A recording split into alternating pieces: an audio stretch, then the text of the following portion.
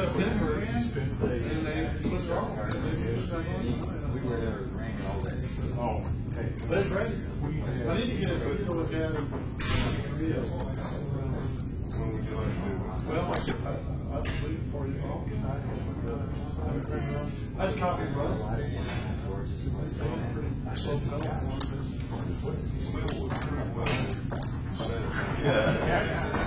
Oh, yeah. What happens if you lose track of it? We did that. Got instructed there, so this little program that last thing did.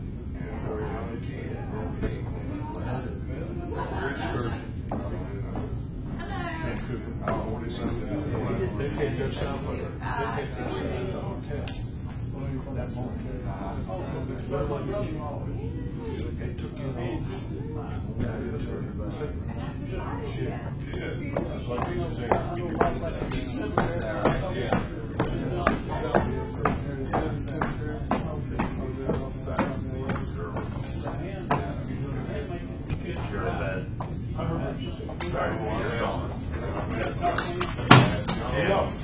Good, that's what I want to hear you say.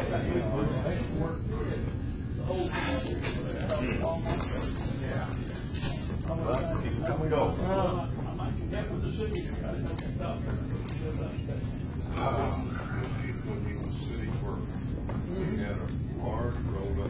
I'm going to go back.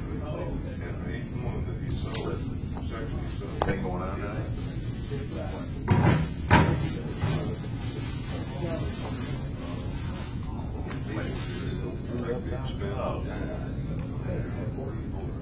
Oh, wait till you get it.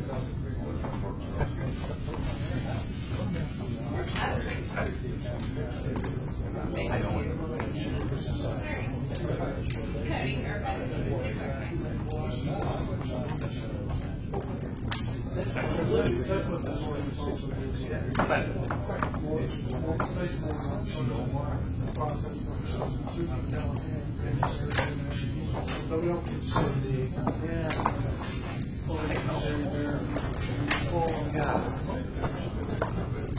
Get all that good meat.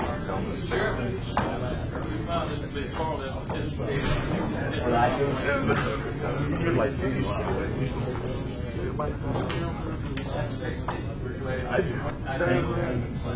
I will. Darn right. I know right from wrong. Like you do. No, I'm not. Okay.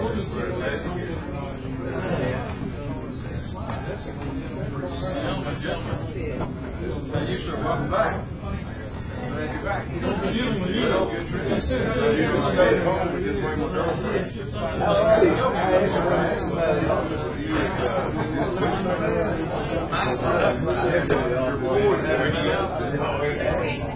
You got to fly the glacier. You just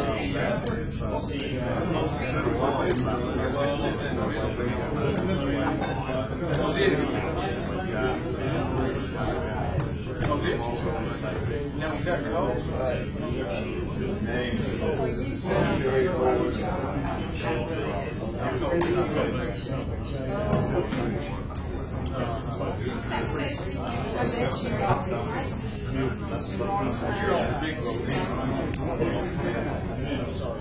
It's good to see you.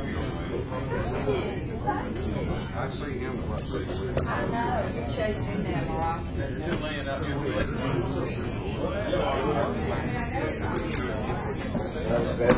That's come with a list.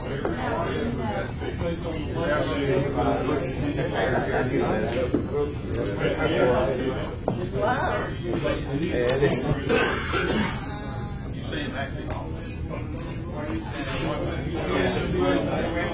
Yeah, but I he's actually grab a chair.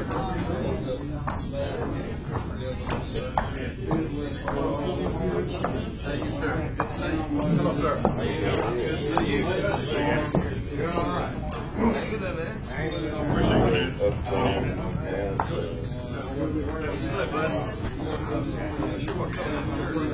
You don't like it, sir? You don't like it? Go. How you doing? Fine. How about y'all? Hey, babe. How are you? Not here. Hey,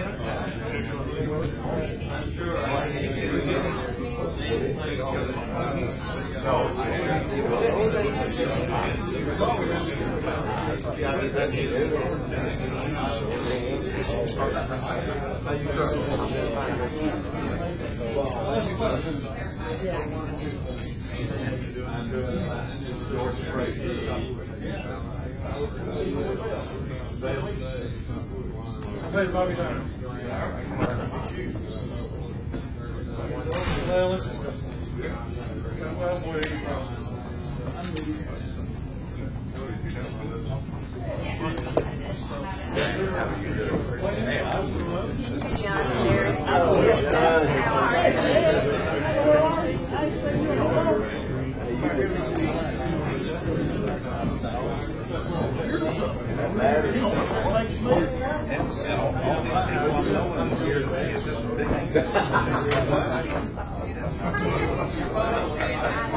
Hey, man. How you doing?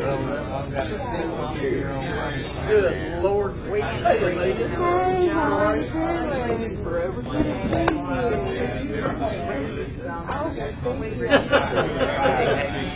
are you?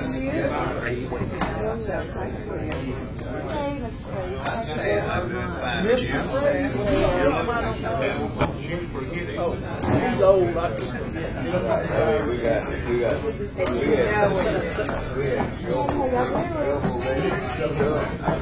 So you got a we made them shovel. They were 3. He's almost 12. how you doing?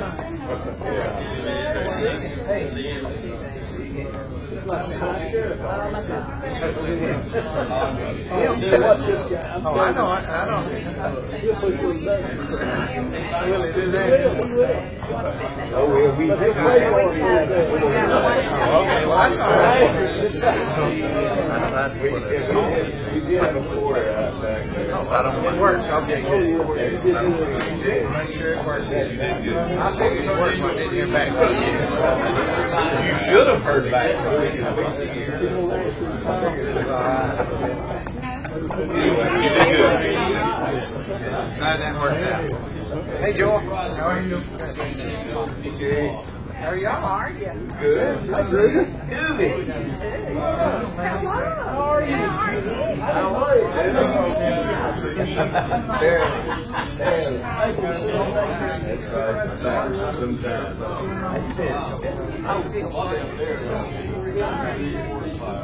I know. You go to work with somebody the next day. All right.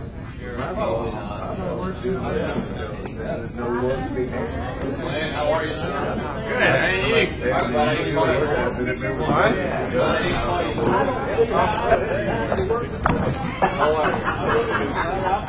Oh, let me tell you something.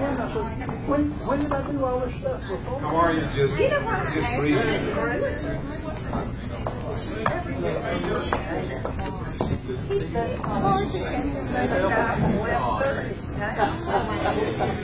Just breathing. She had an email. It's been a long time. And it was a picture of the Georgia Power case. She said, they got us back on Thursday, got my friend's office back on Saturday. I handled it. So she printed it all up. I took it over to the office. It was not true.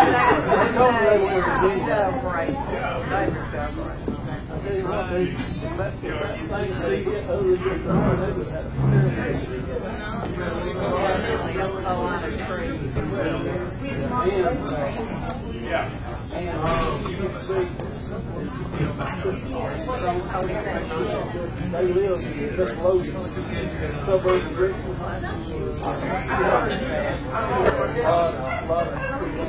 Well, they might have to do that. It's business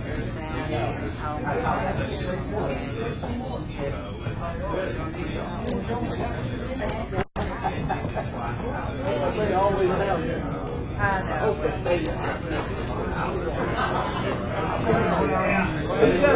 Senior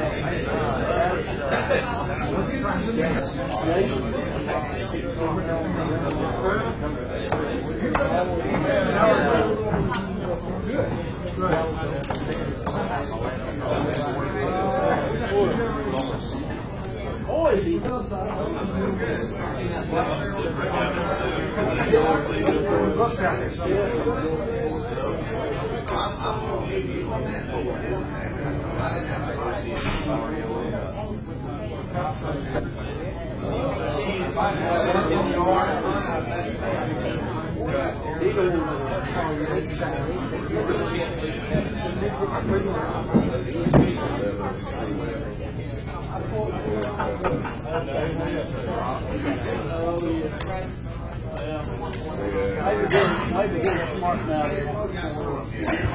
Too much of that.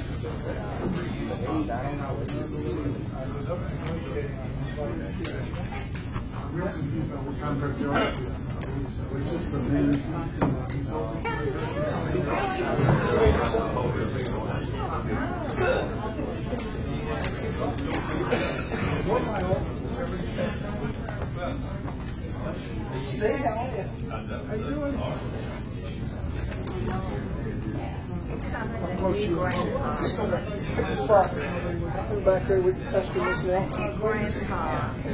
I'm doing fine. How's that baby girl? Beautiful. Have you already been out? I'll sit there. I'll get hold of some of that. Crying, You don't think? I tell everybody I said,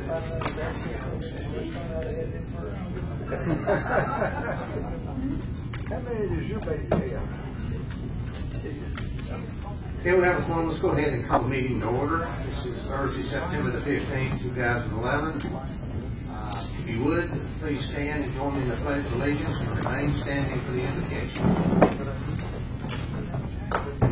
I pledge allegiance to the flag of the United States of America and to the republic for which it stands, one nation, under God, indivisible, with liberty and justice for all. Let us pray. Gracious Heavenly Father, once again we come to you with our heads and open hearts, asking that you be one in the midst. Father, I ask that you bless all those who are present here this evening. We know that it's not in our weak voice. We ask that you give travel mercy to those who are en route, and that you continue to give us traveling mercy as we leave this location. Father, we ask that you be a part of this meeting, and that all we say and do will be pleasing and acceptable into thy sight. And Father, we know that you are aware of the celebration that we just had on September the 11th, the 10th year anniversary of that tragedy for the United States of America. And Father, we want to ask you continued blessings over those who gave the ultimate sacrifice on that day, that you continue to bless their families. And Father, that you continue to go with our military men and women and their families. And Father, we ask that you open our eyes and give us the sight to see and to be thankful for those blessings and for those privileges that we so often take for granted. And once again, Father, we ask that you be a part of this meeting with all that are here, and continue to be by our sides, lead us and guide us and order our steps. These are the blessings we do ask. Amen.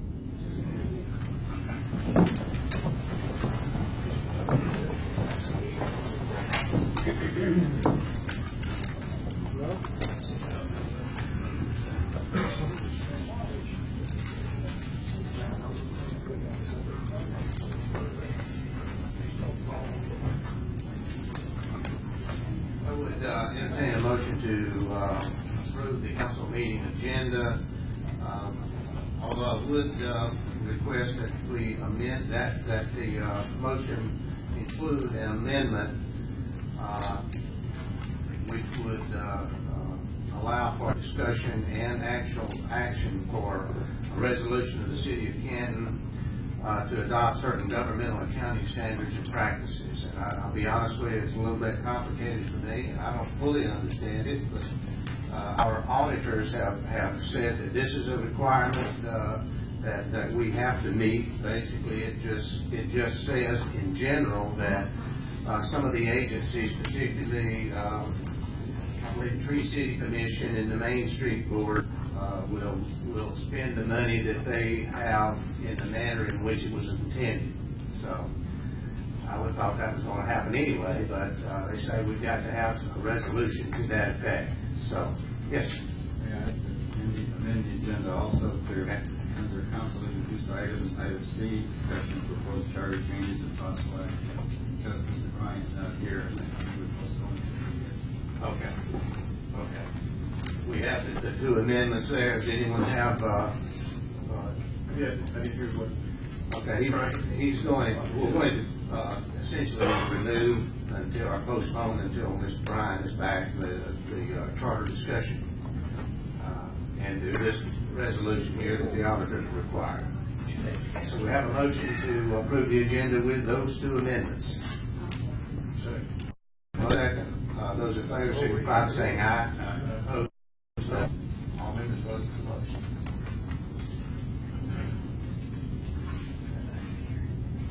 We have you have the minutes of the August 18th and September 1st meetings in your agenda package. Are there any changes or corrections to those minutes?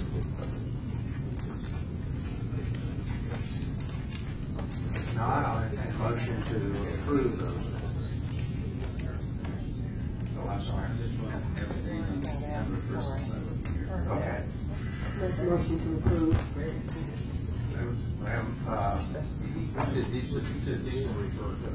Sorry, September 1st. September 1st, yeah. We have a motion. Do we have a second? We have a motion and a second. Any other discussion? If not, those in favor signify by saying aye. Opposed, no. All members voting for the motion, with the exception of Mr. Rush, who abstained. I'd like to welcome all our guests and visitors here tonight. Thank you for being here. I hope it's beneficial to you. We have a proclamation here for Constitution Week. Carol Duffy here. Oh, yeah, that's about to say a few minutes ago there, didn't I? Okay, if you would, this is not it. Do you have it? Did you pick one up? Okay. Yeah, hold on a minute. We'll get the other one.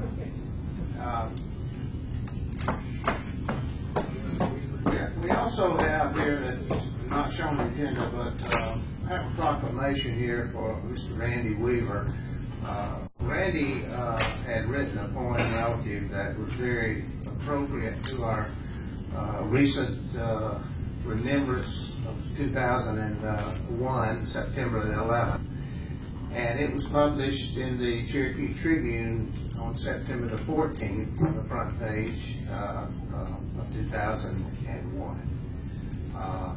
Randy read this poem at our celebration at the on Monday, September the 12th, 9/11 remembrance celebration there. And I asked him to come, and I wanted to present him a proclamation because his words were very appropriate. And in fact, Randy, will you be prepared to read that now? I can. Okay. I can. Come on up. Let me give you this first, and then we will welcome you to read the poem. What it says is that, hang on here. It says, as we remember that fateful day, September the 11th, it is important for all Americans to reflect on the events of that day 10 years ago. One of our local residents of Canton, Mr. Randy Weaver, and by the way, he is now up in LJ, unfortunately, but he lives up there now, but he was a Canton resident at the time. Wrote a poem which was published on the front pages of the September the 14th, 2001 issue of the Cherokee Tribune. And whereas the poem by Mr. Randy Weaver was sent to Mr. Michael Bloomberg, Mayor of New York City, in the hopes that it would be included in the remembrance activities reflecting on the tragic events of September 11, 2001 that took place in New York City. And whereas Mr. Randy Weaver's poem echoes the sentiment honoring those who have fallen and those who serve our country. Now therefore be it resolved the 15th day of September 2011 that the mayor and council of the city of Canton recognize Mr. Randy Weaver for his poem and how it relates to the 10th anniversary of September the 11th. We pledge never to forget what touched all of us that horrific day. And thank you, sir. Very much. Give you that.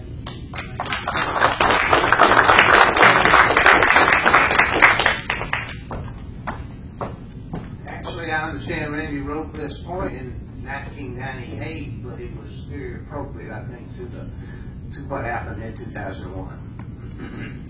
Well, I'm not a songwriter or a poet either one, but what came to me and what comes to me now, I try to write down because I know where it comes from. But his poem came to me in 1998. I'd laying on my bed on a sunny afternoon, and I couldn't write it fast enough, don't see why. But I know this poem. I've also sent this poem to the front page of the paper to Washington, D.C. I gave it also to Governor Bush when he was running for president. But I also, this past couple of weeks, I met Congressman Tom Gray and got to speak to him, and he's going to give it to the Speaker of the House. Going to give it to different ones. I told him, I said, this is not a Republican or a Democrat or independent. This is for the nation. So I know this poem, and I look at our ink in America, what the world is looking upon us, how we present ourselves to each other here and out wherever we're at. But the name of the poem is America, Don't Let Your Armor Down. It said the red, white, and blue stands above them all. The pride, prestige, and heritage which it all hold on to. If our nation was built on the fear and trust in God, America, don't let your armor down. Said our armor is not just our military, it is our pride, our speech, our attitude, our morals, and the love in our hearts towards one another. Let us not forget the blessings we have. America, don't let your armor down. America, where freedom, hopes, and dreams shall abound, where many have labored, fought, and died to protect the land. Though she's been compassed about with so many different things throughout the years, America has survived. America, don't let your armor down. Thank you very much.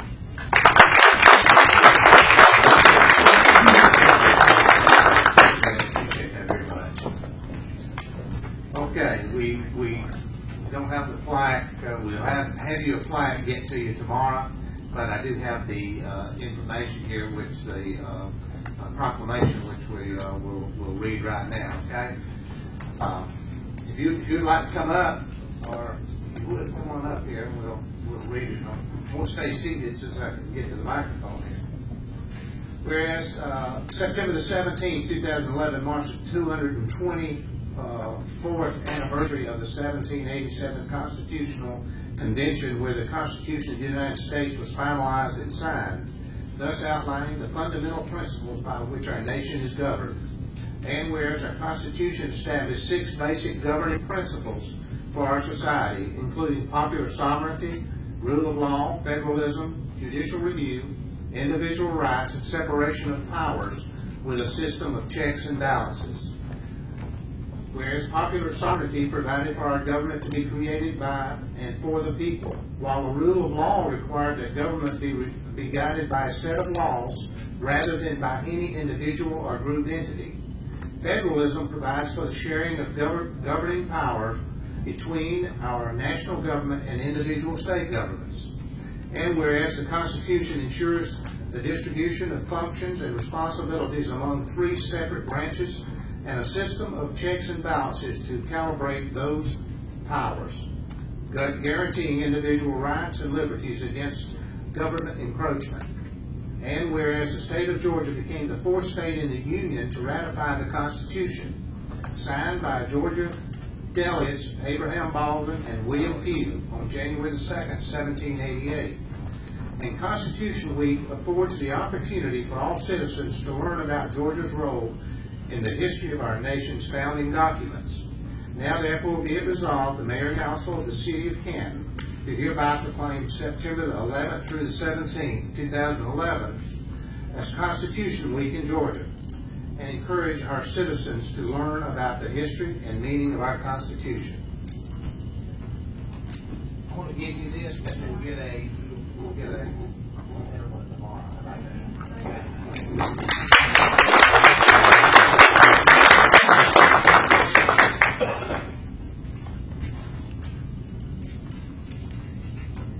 I just wanted to say thank you on behalf of the High Tower Trail chapter of the Daughters of the American Revolution in Cherokee County.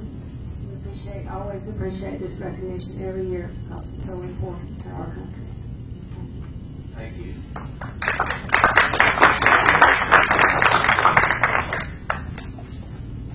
Okay, now we're in our 10-minute public input period, and we have a couple people signed up. Mr. John Cadle. We all recognize John. If you don't, I'll reintroduce myself. Thank you. Councilmember, I have very little to say, but this Tanner and I have been working with some of the ideas on the cemetery, and Mr. Woods has also had a lot of input into it, along with the help that you have given us. They at least are cutting the grass and keeping it looking halfway decent. I appreciate that. Of course, now, I'm a type person that's just not fast enough, but still. Second thing. Over 2.5 years ago, I was asked by Diane Freewitt to come up with pictures of the mayors of Canton. There are a total of 50. I've gotten to a point where I'm backing up. I can't find 7 of them. And I have a suggestion, Mr. Mayor, that you take these 7 names, which Cody's got a copy of, and give them to the newspapers and ask them to publish them. See if we can find somebody that might have 1, maybe 2. It might be up there. I'm sick of the frames in themselves. We've talked about frames and talked about frames and talked about frames. That's all we've done. We haven't gotten any further along with that than just talking. We need to go ahead and find where we can get the plane, how much they're going to cost, and the little plaques that go with it. And as far as I'm concerned, that's it. I shut up. Thank you. I suspect that if you have those names, to the media and ask if they have any information on those. Obviously, those would be some of the older ones, I suspect. Well, the latest one, or the closest one to us, is Mr. Chrysler in 1917. And the oldest one is 1884. Of which we're lucky we have the first and second mayors. The first one's hanging in the little vestibule in there. And don't ask where I found the second one, because I don't remember. Thank you, John. Thank you. Buzz Aarons. Welcome. Thank you, Mr. Mayor and council members. For the record, I'm Buzz Aarons, Chairman of the Cherokee County Board of Commissioners. I've got one comment and one piece of information. Comment is whenever I attend a meeting where the pledge is given, a lot of people don't know that in July 2007, our leadership changed the rule. Anybody who has served in our armed forces or is currently serving may salute the flag indoors or outdoors in civilian clothes. A lot of people choose not to out of respect for not being in uniform. Others, like myself, do because I was proud to have served in uniform. But my purpose in speaking tonight is actually informational. Monday, September 19th, 6 to 8 p.m. at the county offices, lower level, there will be a transportation referendum public meeting. This is required under the Transportation Investment Act of 2010 that each county, once the kind of proposed list of projects for that referendum next year is complete, that there be public meetings.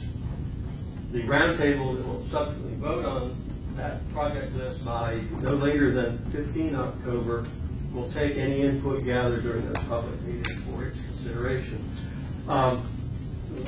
So Monday night, 6 to 8, people from the Atlanta Regional Commission, Department of Transportation, the Georgia Regional Transportation Association will be there. It is not a 6 to 8 meeting. It is basically just a forum. There'll be tables set up, maps set up, and people can come for 15 minutes or 30 minutes, what have you. But we'd like to hear from you. With just a minute left, I will summarize in very brief form what is currently on the list of Cherokee County. First of all, the 1 penny, should you decide to vote for this, and you is generic, it's the entire Atlanta region. 1 penny will generate approximately $280 million over the 10-year period of this T-spot.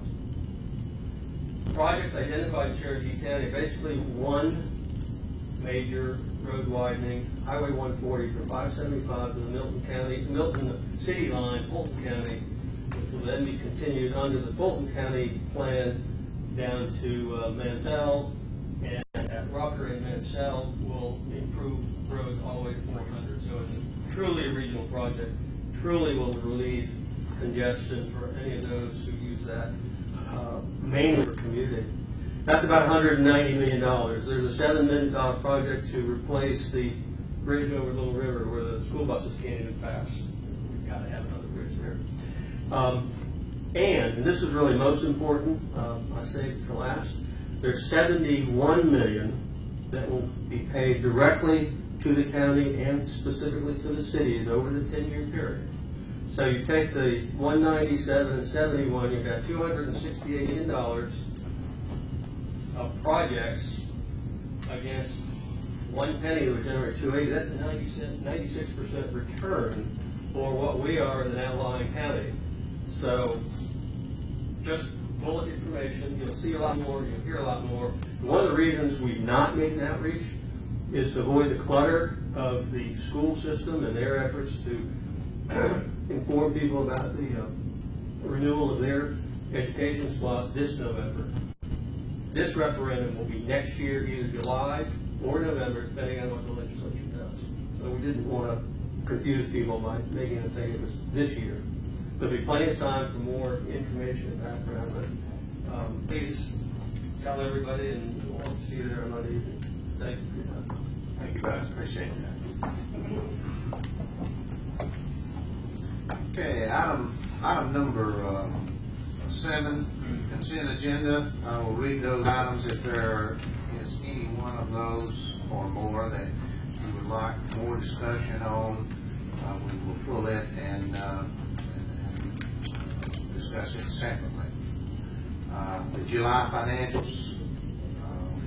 A B is the decision on the bid award and authorization execution of contract for the Bowling Park CDBG Phase 3. We have discussed that at least a couple of meetings, I think, already. Item C, decision on bid award and authorization to execute contracts for Waleska Street and Hickory Flat Road streetscape projects.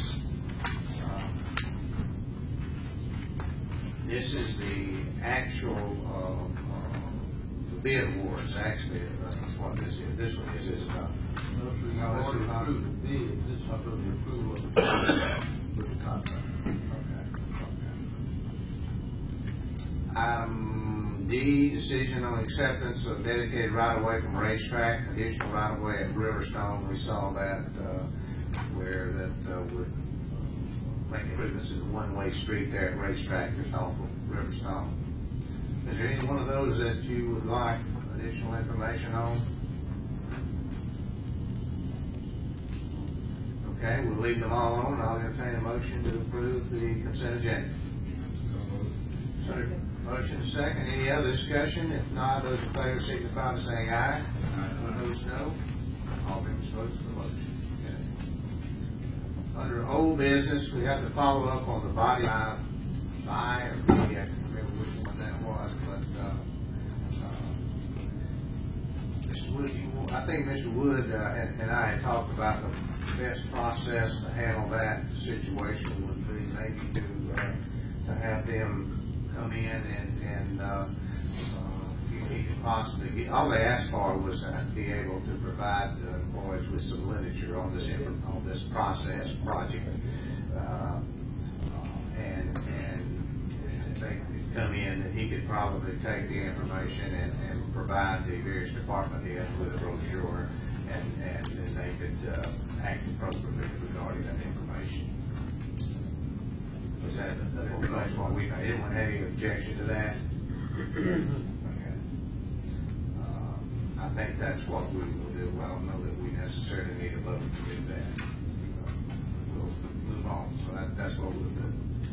Under new business, we have the request for a fee waiver regarding the property that was to be donated up in the Canton, Herb Road area. DeBoy Bell and George Frady of Bell Frady LLC. Ken, do you want to discuss that relative to the amounts and actual requests?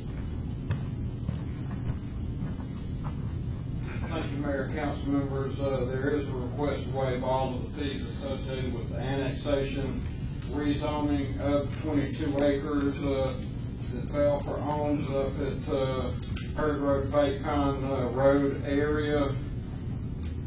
The annexation fee total amount would be $2,068.50.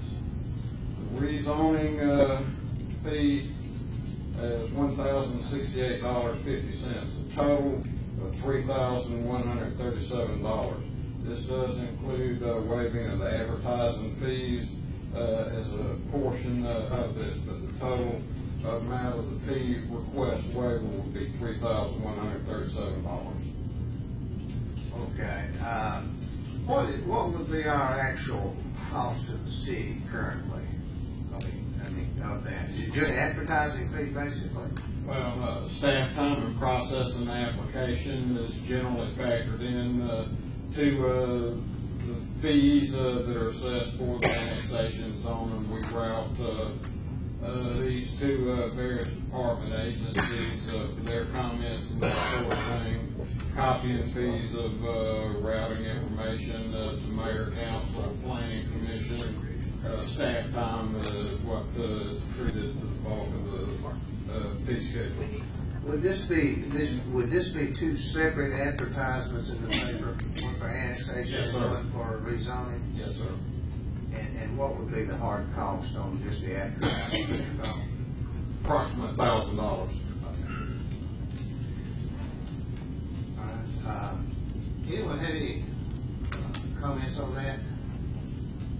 You look like you were going to say something, Ms. Stanley. Okay.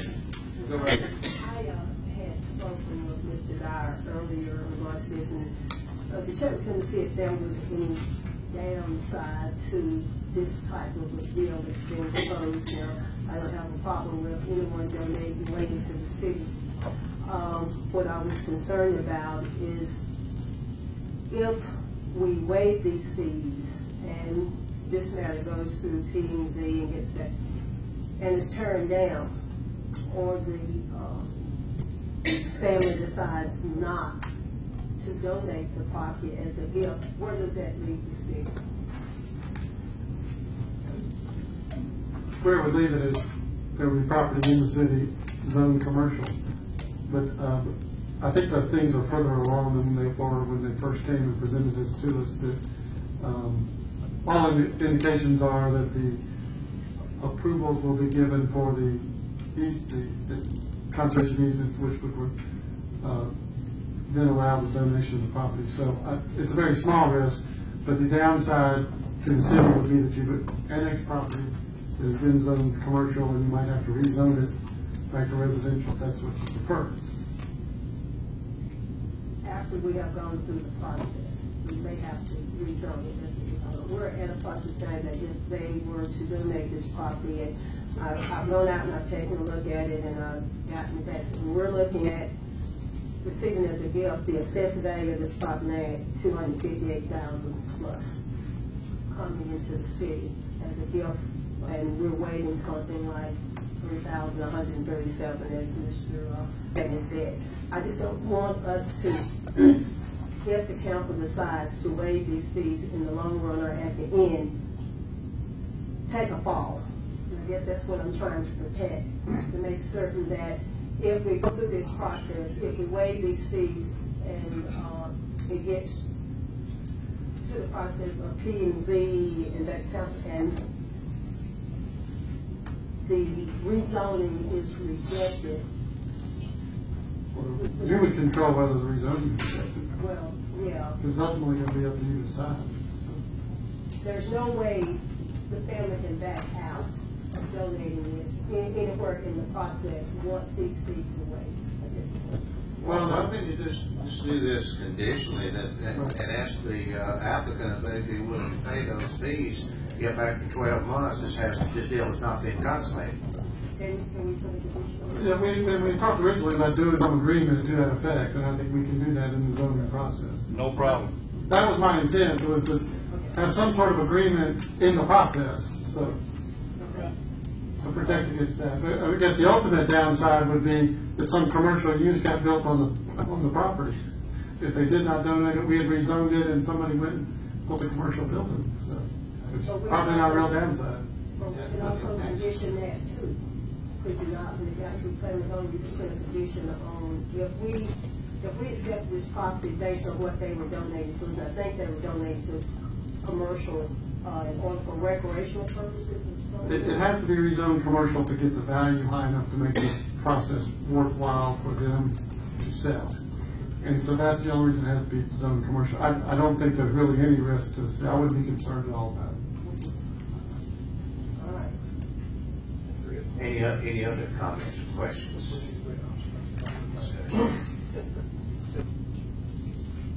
Okay.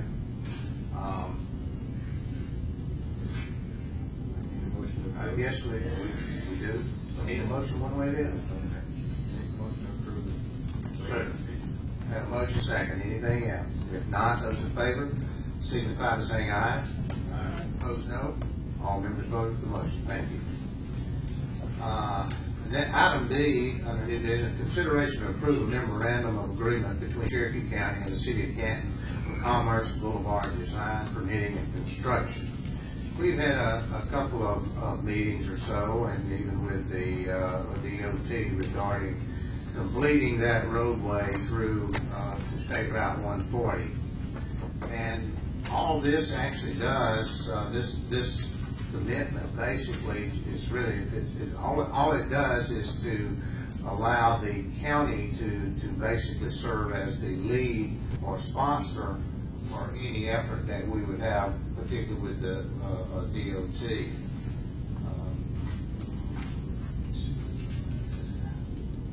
And this would be if and at such time as the arrangements have been worked out. You know, we've been to the DOT, we've asked for money. We've asked them to help complete that road through there. We do not have a final response at this point or any kind of commitment, total commitment,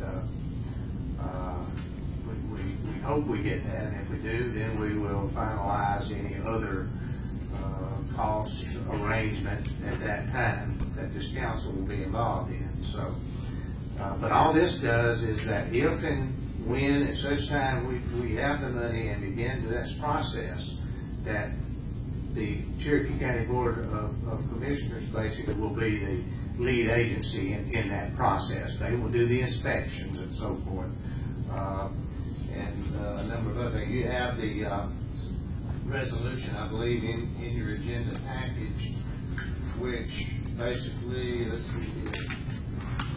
It says, whereas, well, one of the things says, whereas the county possesses the staff necessary to coordinate the design, design review, permitting, right-of-way certification, contract administration, and construction management for the project, for a project of this magnitude. And that's what this actually does. They would handle that aspect of it, but certainly we'd be involved along the way. So, any questions on that?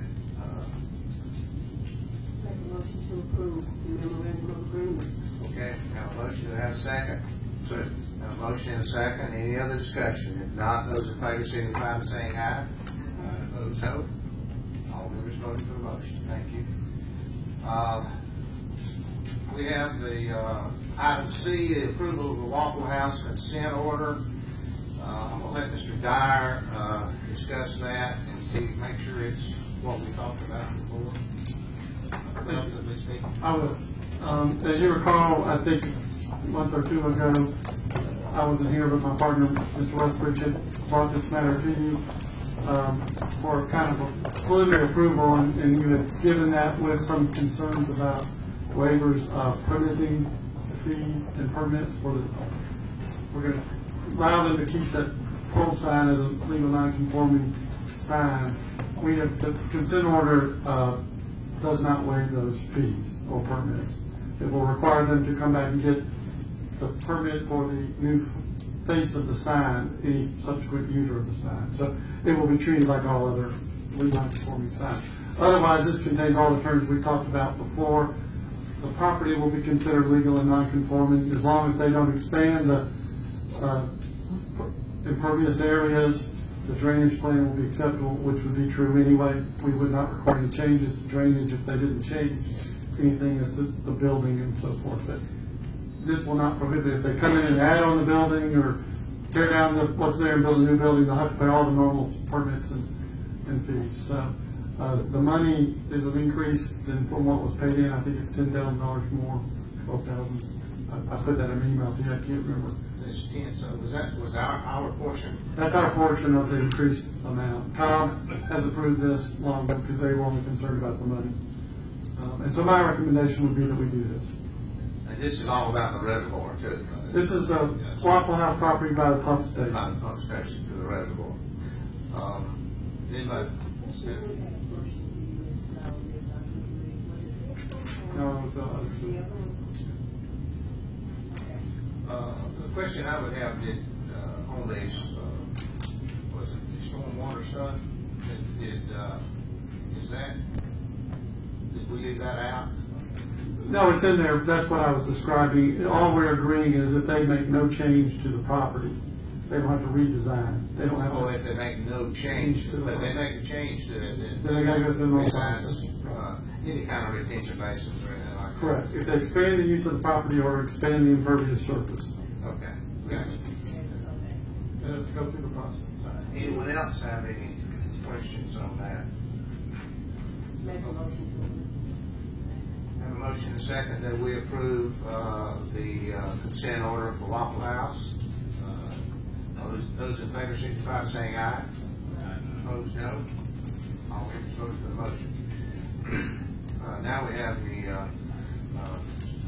discussion regarding the approval of payment for the IRS audit attorneys. You want me to handle it? Yeah, I'll let you handle that. And I sent you an email with some background. It's much more detailed than I could have put in that email. I'll be happy to answer any questions you have about what happened. But basically what happened was, as you'll recall, earlier this year being notified that we had received notice from the IRS. We kept calling it an IRS audit, but it's really a request for information regarding arbitrage and the handling of 2005 bond, reservoir bond. Mr. Price at the time had made contact with the bond attorneys who had handled it and requested some assistance. There's where the miscommunication happened, is the attorneys took off running, thinking he was asking for their help. Mr. Price thought they were helping because they had been the bond attorneys, and we were pretty far down the road when we realized that the attorneys wanted to have a contract signed, and we kind of put the brakes on it, came back to you and said, oh, we're going to look around and try to find some other people. Well, it turns out they'd already done the work and submitted it to the IRS. That was already in motion. So they submitted a bill for that for $37,000 something. They've agreed to reduce that to $25,000. We got the benefit of the work, and my recommendation would be that we approve that payment. We would have to pay somebody something. And we got, the product was a good product. We just probably wouldn't have paid the hourly rate of the bond attorney. But we certainly got the benefit of it. The thing died as soon as they got the response at the IRS. So my recommendation, we pay, and we got the benefit of the work. And they agreed to reduce their fee. Question. Have a motion and a second, we approve the payment. Any other discussion? Question then would be from where we made the payment, and it would be my hope that we could pay for that out of bond funds. I believe they can. Yeah. It's just like the attorney fees and acquiring the bond in the first place. We're deductible and out of the proceeds. Okay, we have a motion and a second. Those in favor signify by saying aye. Opposed, no. All in favor for the motion. And just as a point of information, we will be required to do this with all the bonds. And so we'll have to sort of create a system to keep track of these filing requirements, to keep them getting hit out of the blue with it. Yes. That rewording of the bond we did a month ago. Yes. It was approved. Is that going to cause a conflict with our switch? No. Because that was registered money, it wasn't switched over to what we were using. Yeah, no, it will not. I mean, we will have to, the IRS is concerned that it's used properly, which it will be if we change the language of the bond. And then what they're mostly concerned about at this point is the arbitrage, making sure we're not making money off investing the funds. That was the primary focus of the request. And I learned a lot more since then. It's a national project they undertook on municipal bonds in general to try to get everybody doing it right. They discovered a large majority of non-compliance in municipal bonds. So we were good in that we were actually in compliance. All right. City manager report, I believe, Mr. Wood, you have something else? Okay. All right. He had sent out a letter earlier. Council introduced items, discussion of emergency information. Mr. Beresford. Thank you, Mayor. As everybody knows, we had a exciting Labor Day, tornadoes, and I gotta say, I never did get notification of the 4 tornadoes that were within the area based on our emergency information center. I've asked around, some people did, others haven't. I'd like to know, do we have an emergency information center or not? And if so, how come it's not working properly? We had in my area a tornado that was one subdivision over, pretty doggone close. And where are we with this?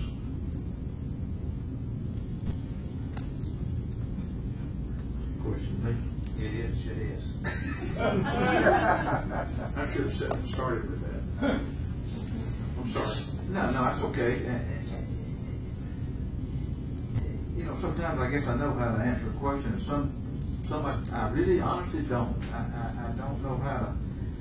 That's been a difficult problem for me in terms of understanding exactly when those notifications weather related. Now, those that are not weather related, where you've got more time to discuss them, the water breaks, those kind. But it does seem to me that the weather ones have been inconsistent at best, and Labor Day was an example. We've got imperfect people trying to perfectly implement what's probably an imperfect system, and the Monday after that weather event, the police chief and the fire chief and I met in my office and tried to review what had happened in that situation. It has to do, I think, Mr. Beresford, primarily with the distinctions between watches and warnings and city limits and the directions of weather phenomenon and that sort of thing. The contract with the current service provider will be up before too long. Oddly enough, I got an email today from another such service provider, asking if when that contract was up, we would consider them. It was not the second one that we considered. It was not Code Red. It was another one. So there are multiple companies who are doing this, and I would have no problem at all advocating that we take a serious look at who our service provider is next time. But to be honest with you, and I'm not trying to dodge your question, I don't really know the answer to it. It's just I think it is what I've said. It is where the Weather Service is predicting directionally, and it is a distinction between the warnings and the watches. And I do think we need to continue to monitor it and continue to try to make it a little bit better. I'm not happy with it either. Well, I appreciate that. The thing is, Glen Burns has a pretty good radar unit, so does the other channels, and we went from warnings to watch, and nothing happened. Nobody called. The previous time, I got a call about an hour and a half after the tornado had gone by, and gave me a warning. I ran off and hid it somewhere. But the fact is, you said, it's the imperfect system. I agree with you wholeheartedly. And the reason it is, it's a third-party system. Where they're located, I have no idea. But the system that I had asked the council to look at seriously, and so happens that most all county and government citywide around this entire North Georgia area is using a system that I have no stock in, I have no interest in, other than the fact that they could do the best service. And we should look at it, because thank God nobody got whacked. And without having that fair warning, because that's the reason we got it, that's the reason we spent the money. So I'm strongly suggesting that we do something. I'm signed up myself on the Code Red system, and I did get a Code Red warning myself on that Labor Day. You should have called me. I just have a question along with what Mr. Ferris was saying. Do we have any idea how many people didn't get notified and didn't? Because I was in Maryland and I got notified. I couldn't do much about it. I got notified fairly late. Of course, my home phones don't work when the power's out or something like that. You know, but I guess the power went out on that. But when the power was out, within the last couple of weeks, it's been going out on Cherokee Street fairly often. But you can't get a notification about a problem with power outages. You don't know what's going on. But my cell phone did ring late, but it did. Yeah. Now on the tornado, ultimately after Mr. Wood and I spoke about the situation there, we did get a call. I did get a call on my cell and home, but they were still on the TV. They were still saying we're under a tornado warning. And to me, I think we should probably initiate that whenever there's a tornado warning issued, not watches. I think if a warning is issued, and they weren't saying, okay, it's for Canton, you know, or Ball Ground and all that. The warning's in Cherokee County. And anytime that's issued, I suspect we ought to activate that and let people know for sure. And then once it's ended, probably say, you know, send them around that has ended, maybe. But and I stand to be corrected. I don't believe there's any other local government entity in Cherokee County that has an emergency notification, a mass emergency notification. So I don't think Code Red is disseminated across the county, across Cherokee County. I could be mistaken, but I don't think it is. I got notified twice on my cell phone in Maryland. One was from the sheriff's department, and the other was. I didn't get notified of that one. What I would ask then, Those are selective, I think. Those are not in mass. I'm sorry. what would I ask then is for you to follow up and let's look at the Code Red again, because the system, from what I understand, and I think Fulton County's gone countywide with it, some others, and find out. And come in, talk to us. As far as having some of these Johnny-come-latelys, that's what this outfit was, and they aren't ready for it. This other one has been around for years. So I wanted to have a serious look at, get some numbers for us, and let's get the protection that we talked about for this service to our citizens. And you got your hands full. So if I might be so brave to mention that Roger Bailey was in on it to start with, have him start the process again, and let's get some documents back to us so that we can, once again, give our citizens. And as far as, they think it's tornado warnings is first, and tornado watch is when you're getting real close to getting hit. I give us some way, right? The warning is Yeah, what's running these inside. systems, because I don't know which way it goes. But anyway. And I think ours have been going out when there was a warning in the city limits, and I think that's been part of it. I do live in the city limits.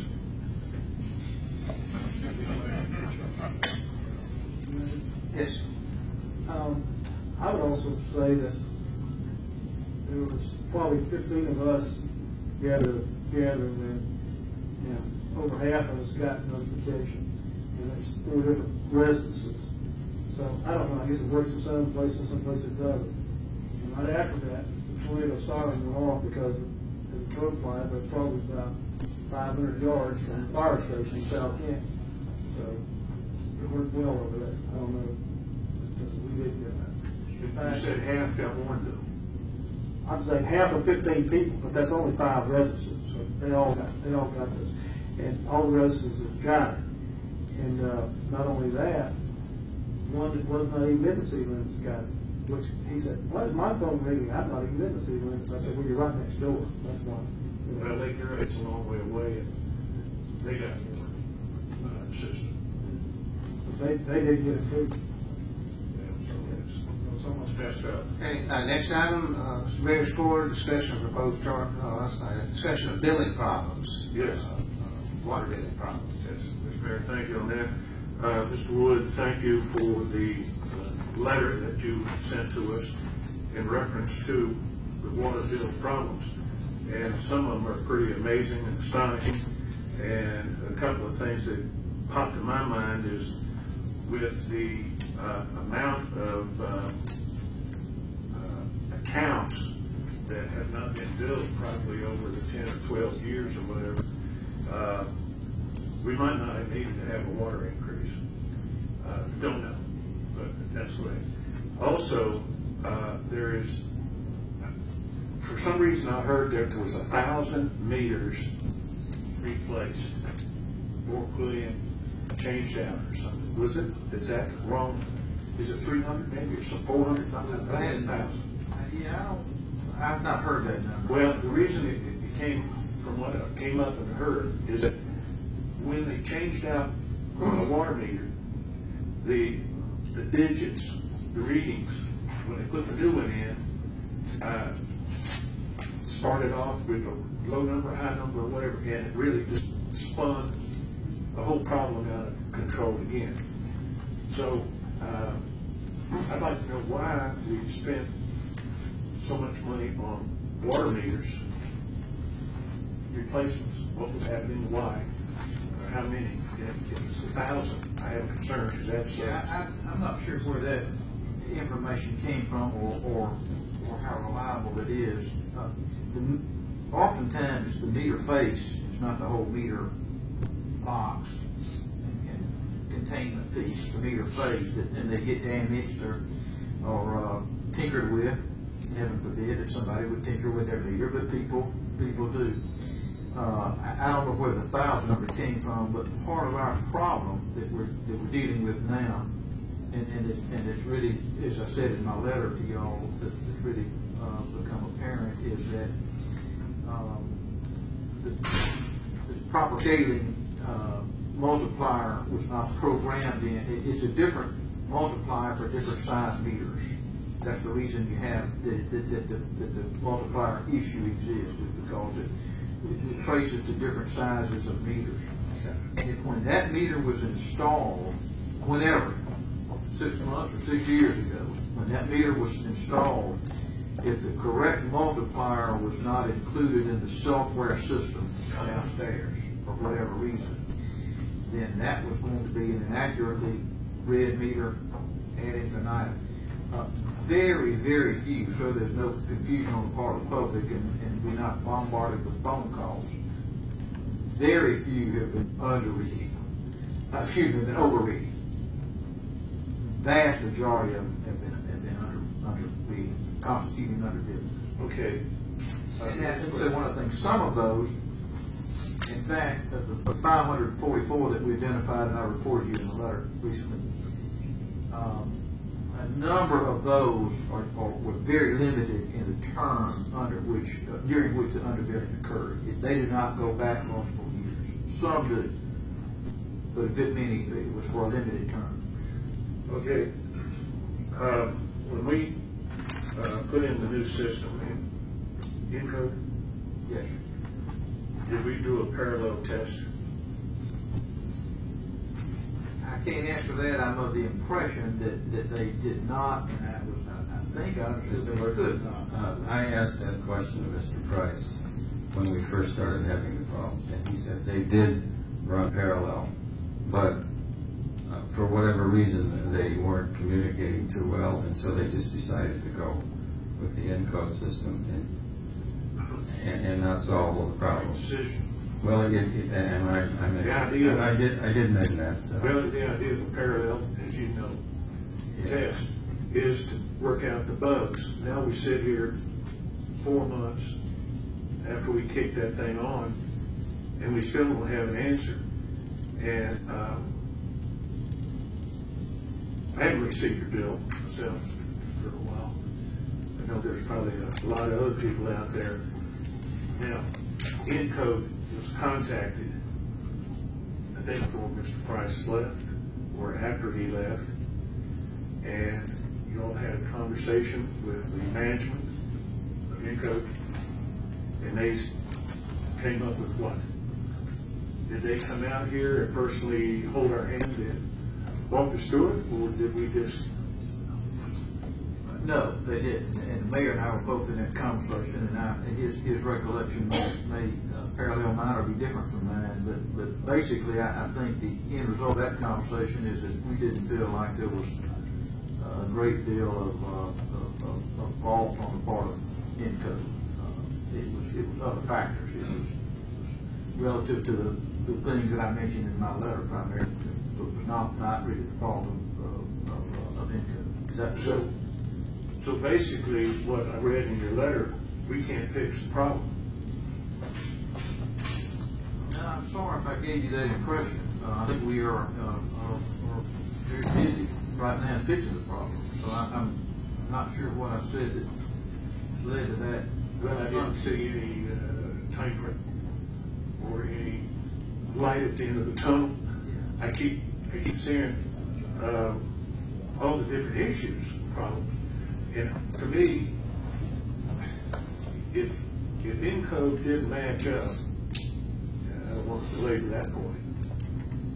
Why even waste your time doing a parallel test if you're not going to realize there's a problem?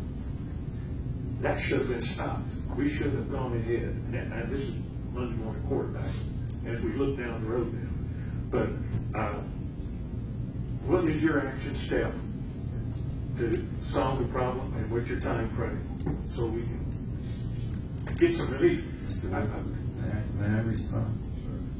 I'm asking to respond because I've been involved in this process for a couple of weeks, and one of the things that when we found out, or when I found out about this, what was in Mr. Wood's letters, which was last week, I think the action we decided to take at the time was they're going to compose a letter to all the people who have been under or overbilled and tell them that, you know, if you've been underbilled, you've been getting a free ride for a while and the party's over, and that your next bill is going to reflect your actual usage. And then that's going to happen. Then we're going to send the bills out. But there's other factors. Like you and a lot of my neighbors have not received a bill for a couple of months. And that's not been ENCO's problem. That's our problem. That's a structural problem in the department. And the department is going to revise its procedures.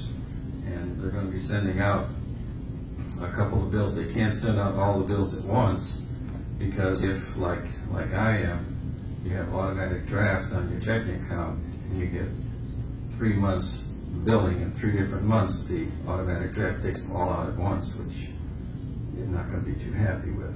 So the water department people are going to call those folks and ask them, how to handle it. They're going to suspend that automatic draft. Am I right so far? Okay. And then, so then we're hoping to get all of our billing caught up, and everybody will get, and you may get 3 bills at once, but they'll have extended due dates. And so then we can get our receivables up properly, and then changes are going to be made in the way the billing department is handled and structured. And I think that's the program to fix the problems. And what's your time frame to get this accomplished? Well, I don't have a time frame yet, but I think they're working on it diligently, and the letter is probably going to go out next week. Yeah, let me tell you the goal, and again, I apparently was not as clear in my letter as I intended to be, and so I first apologize for that, if that's the case. But the staff is right now going through all 500 plus of those accounts that have been identified as a result of a query and I'm not a computer person, I'm not a utility billing person, so I have to put this in the most simple terms that I understand it.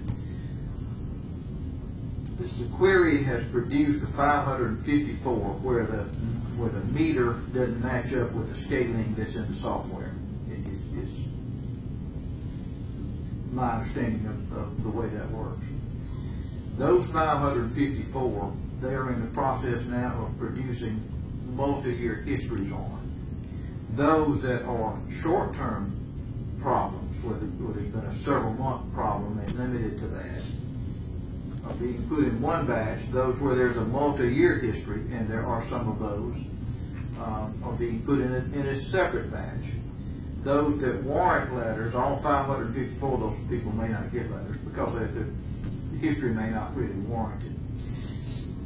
But she can't send those bills out. She can't just go in and take 7,000 bills and pull 500 hard copies out. She can't physically do that. So what she's doing right now is going in and suspending all those accounts, those 550 of those that it applies to. She'll be sending bills out, she hopes, very early next week, depending on how they're planning on working, if necessary, during the weekend, to get those 554 identified and be able to send bills out next week, and then before the end of September, a second bill, which should bring most people current, with the goal of October, as I explained in my letter, with the goal for October bidding schedules to be back to normal. That's as much of a time frame as I can give you. I can't tell you that a specific hour, everything's going to be up to snuff, but those are the goals. Those are the goals. If my colleague was here tonight, Mr. Bryan, I'm sure he would be voicing an opinion because he has over numerous accounts. We take this elderly lady. Her water bill has been $23 for years, and she doesn't get a water bill, and she's not really paying real close attention to the fact that she didn't pay $23 and she spends it on medicine or something. And the next month, lo and behold, she doesn't get another one. And then finally, in October, she gets a water bill for $87. What are we doing with her? Mine's been suspended now for like 2 months, I guess. How do we handle a situation like that? Do we say, I don't know, I'm asking, because that's a problem. Now, to take it the other side of the coin, what happens if you have a bid count that's a couple $1,000, and they're going to get whacked for $5,000, $6,000? Do we say, pay right now? Well, what do we do about it? Has anybody thought about it? Mr. Russ?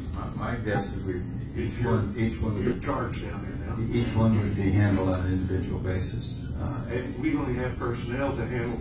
Well, I think that's where we made an agreement earlier, a month or two ago, to let the staff, administrative staff, Mr. Wood and his staff, make these decisions on some of those billing. And I think council approved that a month or 2 months ago.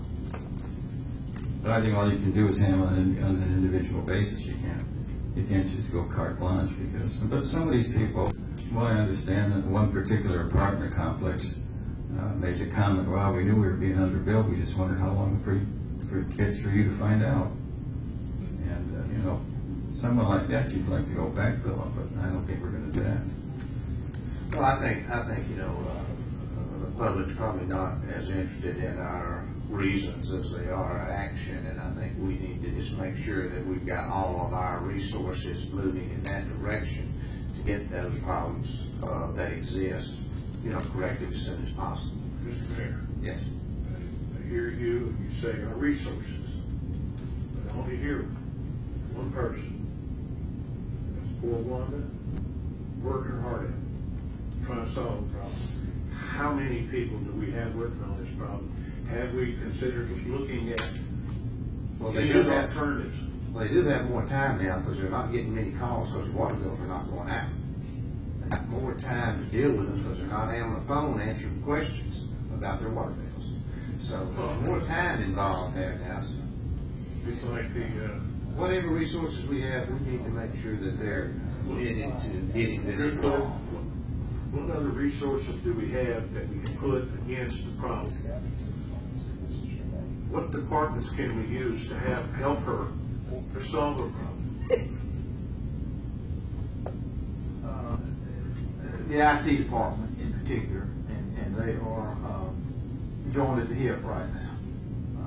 The mayor and I both were in a right thinking meeting this morning with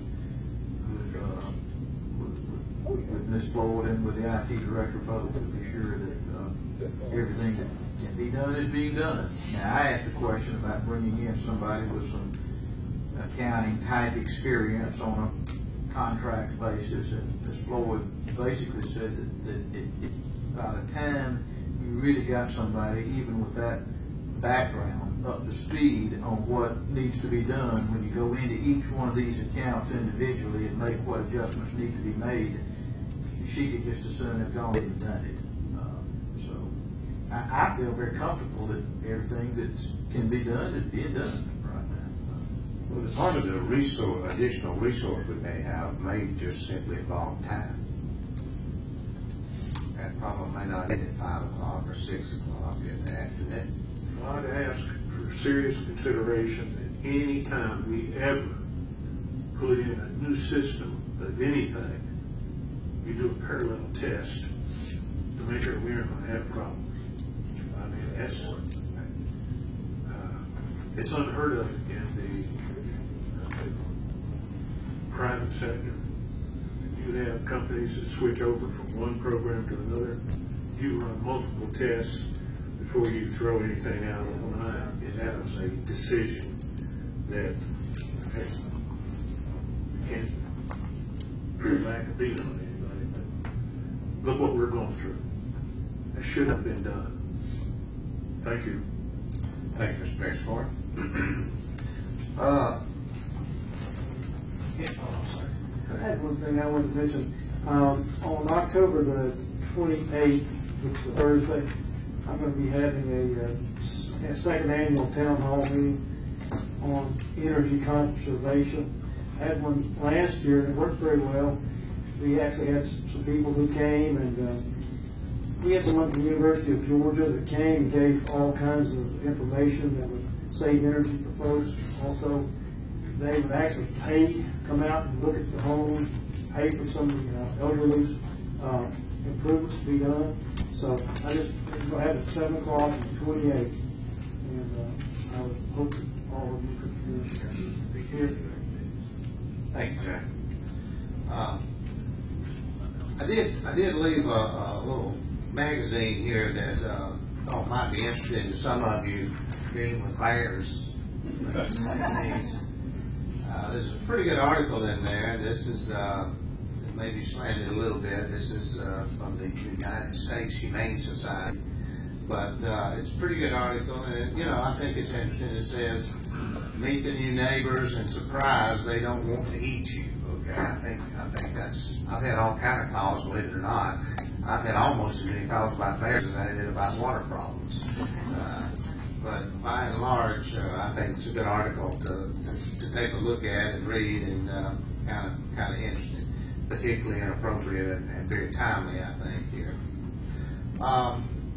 Another thing I wanted to mention, I wanted to mention the ethics ordinance that we had looked at some better than a year ago, I guess it is, which is basically an amendment to our ethics ordinance that I will bring to the council for their reconsideration, I guess, some year and a half or whatever later than before.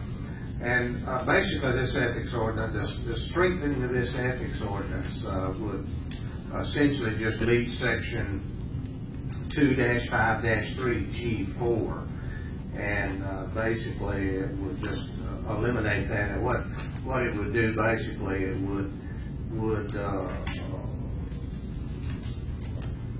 read basically as follows: that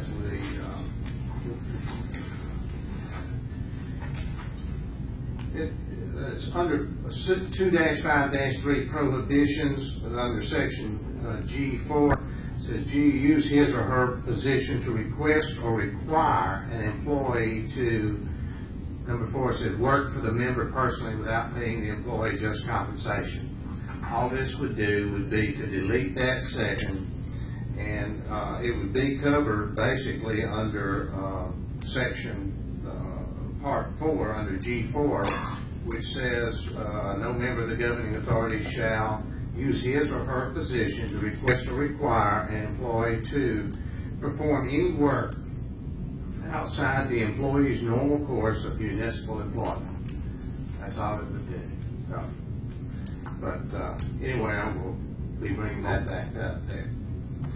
For your consideration, I would basically assume that we could have like the first reading in our next work session, and then subsequent potential vote following that at the council meeting in October. One other item I wanted to mention is that all of you, I think all of you have been getting the email regarding the potential Kenny Askew type. I want to make sure that is in concurrence with most of you, at least the general direction with I guess just allowing the specifics at this point, some of the specifics anyway, but the proposal that the county had come to the city with was that there's at least the potential that the baseball fields, of course, could be removed from the Etowah River Park and maybe constructed over the Kenny Askew Park area where the county has purchased quite a bit of acreage.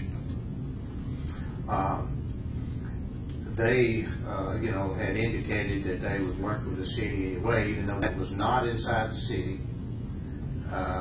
But, to me, it doesn't really matter whether it's inside the city if the same people are served.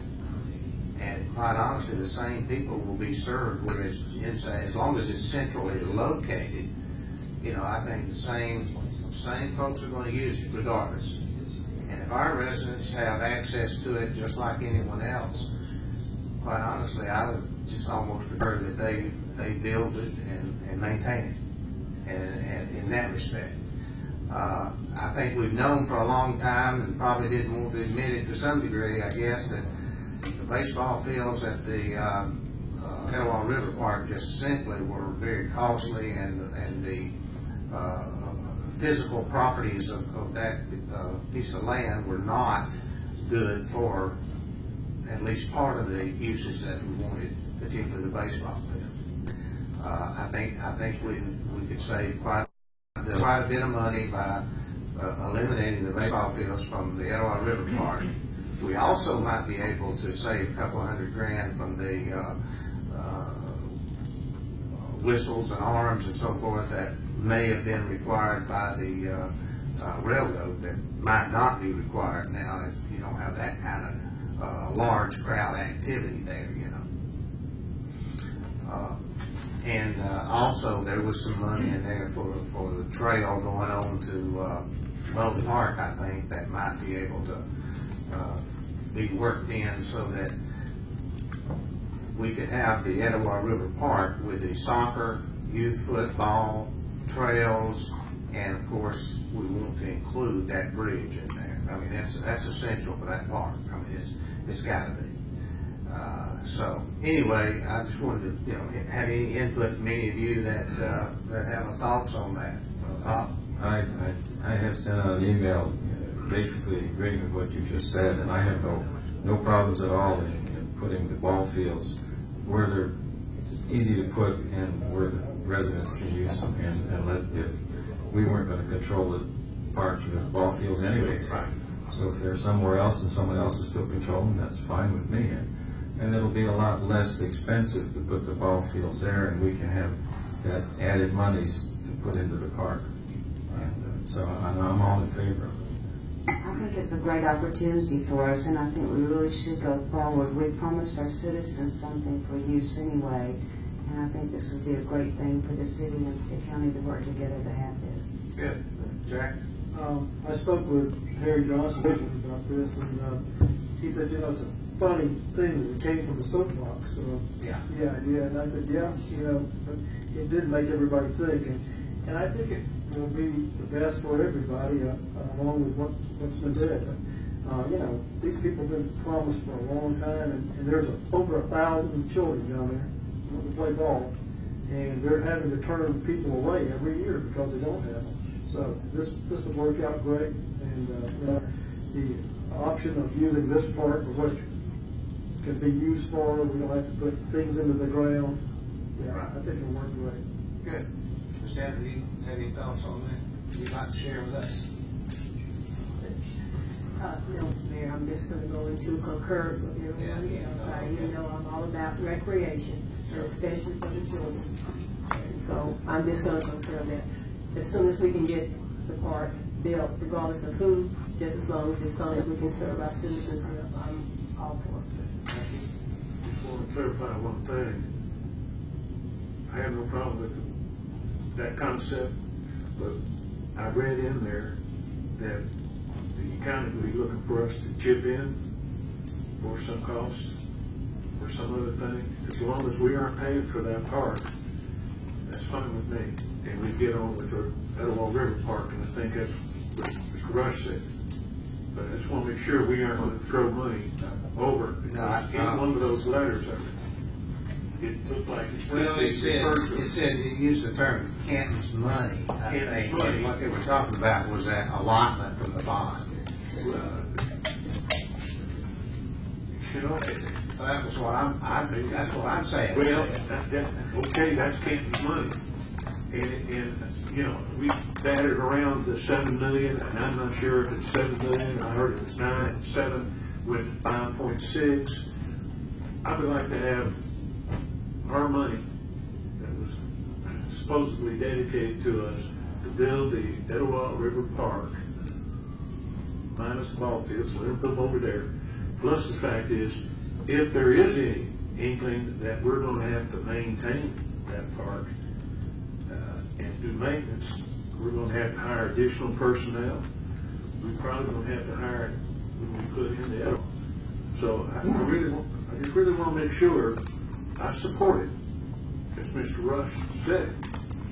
But if there's any deviations of that point, with some money taken away from us to pay for that, no thank you. Well, I'm sure we'll get a little more details. I was going to say the details about all this are not We even don't have all the being worked details out yet. or discussed yet, so it's kind of like, let's wait and see. Right. We have,